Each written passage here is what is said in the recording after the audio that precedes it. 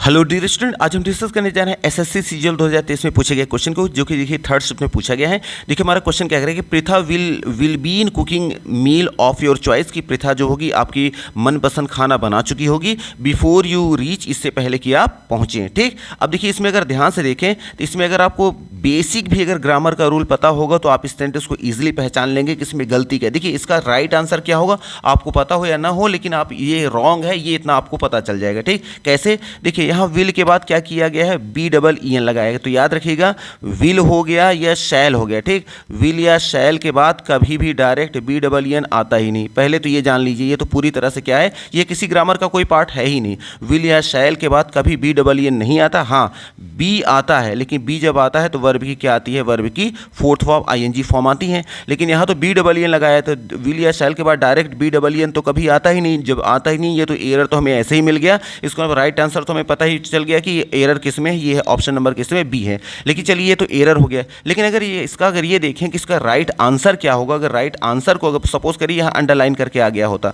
Suppose करिए कि ये इतना सिर्फ अंडरलाइन आ जाता और अंडरलाइन करके ये पूछ लिया जाता कि चलो इसको राइट ऑप्शन आप बताएं कि इतने का क्या होगा, इसमें क्या इसको रिप्लेस किया जा सकता है कि नहीं। तो अब इसको थोड़ा सा कुछ बेसिक रूल समझना पड़ेगा हम सबको। ठीक, तो थोड़ा सा चलते हैं कि इसमें देखिए इसमें यूज़ किया गया है, इसमें वर्ड आया है हमारे पास जो क्वेश्चन में अगर ध्यान से देखें तो एक वर्ड यूज़ किया गया है बिफोर। ठीक, बिफोर क्या होता है, एक कंजंक्शन होता है। अब यहाँ एक कंजंक्शन का रूल हमें समझना पड़ेगा। तो देखिए यहाँ जैसे देखिए नंबर 1 नंबर 2 यहाँ नीचे दिया गया है। देखिए अगर बिफोर का सेंटेंस कभी भी किस में निकल जाए, प्रेजेंट इंडेफिनिट में, तो अगर बिफोर का सेंटेंस प्रेजेंट इंडेफिनिट में है तो याद रखिएगा फिर आगे जो सेंटेंस मिलने वाला है वो हमेशा फ्यूचर परफेक्ट में मिलता है। ठीक, और फ्यूचर परफेक्ट का रूल क्या होता है, विल या शैल के बाद हैव लगा के वर्ब की थर्ड फॉर्म आता है। और उसी तरह से अगर बिफोर का सेंटेंस बाद में आया है और बिफोर का सेंटेंस किस में है, प्रेजेंट इंडेफिनिट में है, तो समझिए पहले वाला सेंटेंस किस में बनेगा, फ्यूचर परफेक्ट में। इसका मतलब कि अगर बिफोर का सेंटेंस प्रेजेंट इंडेफिनिट में है तो बचा हुआ सेंटेंस चाहे पहले हो या बाद में आया हो फ्यूचर परफेक्ट में ही बनता है। और फ्यूचर परफेक्ट का रूल क्या होता है, विल या शैल के बाद हैव लगा के वर्ब की